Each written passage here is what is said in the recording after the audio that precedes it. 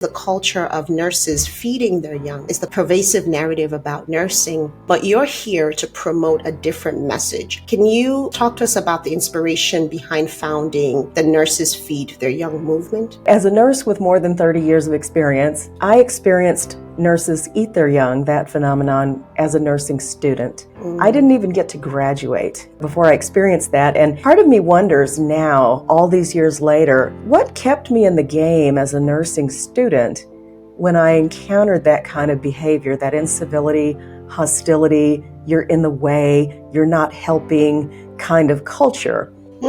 I think sometimes we are shielded from such things, and where we're at in that moment with our own maturity and our own skill sets, right, for coping, that sometimes we can turn a blind eye to such things. Over all of those decades of working as a nurse in other people's environments, traditional settings, whether it's hospitals, long-term care facilities, whatever it might have been, there was always the presence of that nurses eat their young phenomenon, no matter where I went. And so I learned on my own how to be assertive, how to communicate assertively with what we used to call strong personalities, right? Today we call them bullies.